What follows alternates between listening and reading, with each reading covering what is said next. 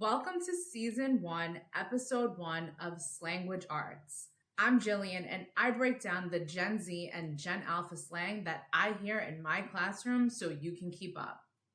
Today, we're going to be breaking down Skibidi. Skibidi has got to be the number one word that I have been hearing in my classroom and hearing in the hallways this school year. So let's break it down. So Skibidi evolved from this YouTube series called Skibidi Toilet, which is honestly the most disturbing and frightening thing that I have ever seen in my entire life. Most of the episodes involves heads of grown men coming out of a toilet, spinning around and singing songs, and it looks something like this. When my students from New York City showed me this last year, I was absolutely mortified.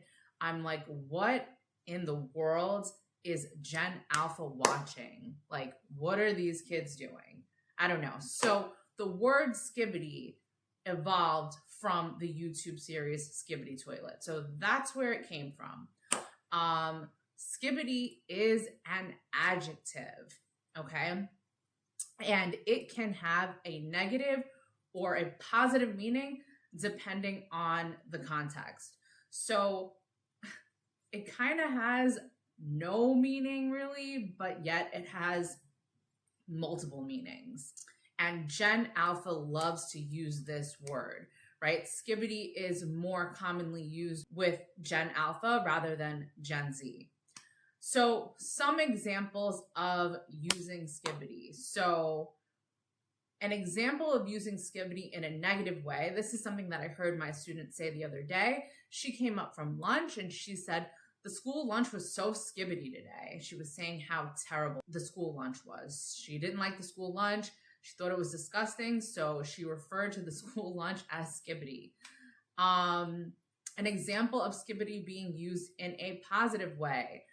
The kids think that I'm kind of cool because I learn their lingo and I throw it back at them. So I've heard students say, Miss Jillian's so Skibidi.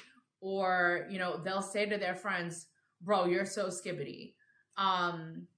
Another example of the students using Skibidi, a student handed in her homework the other day and she didn't have her name on it. So I was like, hey girl, come back over here. You got to put your name on your homework. And she was like, oh, I'm so Skibidi. So that would be another example of using it in a negative context. And really, Gen Alpha just loves to use Skibidi and say Skibidi all the time.